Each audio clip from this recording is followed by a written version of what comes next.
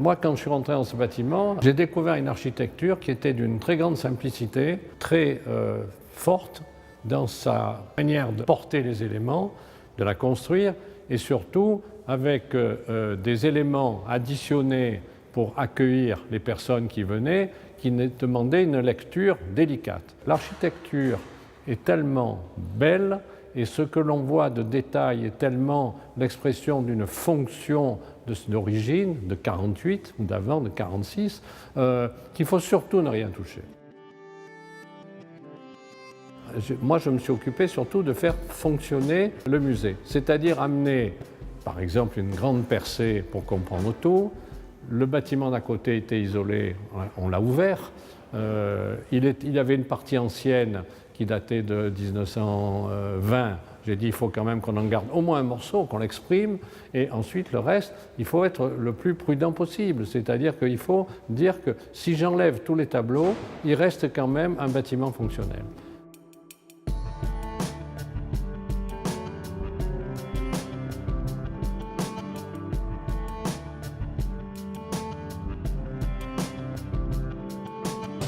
Si j'avais un mot à mettre, une caractéristique à mettre de ces études, c'est la recherche d'une fidélité par rapport aux architectes qui ont travaillé avant. C'est-à-dire respecter leur architecture. Avec d'autres matériaux peut-être, avec du verre comme ça, il est anti-balle, anti-ceci, etc. Et ensuite, on a respecté la fonction. Ici, c'était là où rentraient le plus de personnes.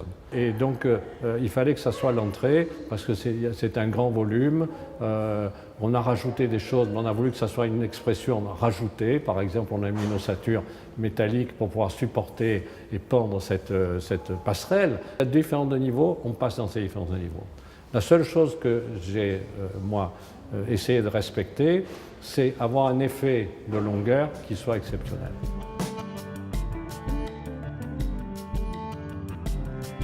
La façade, elle sort d'un urbanisme ou d'une urbanisation qui était forte et qui n'était pas à construire puisque le bâtiment existait.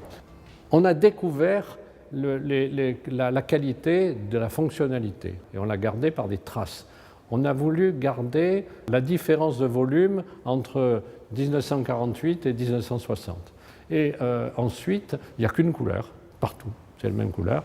Et on a respecté le fait qu'il y ait des carreaux.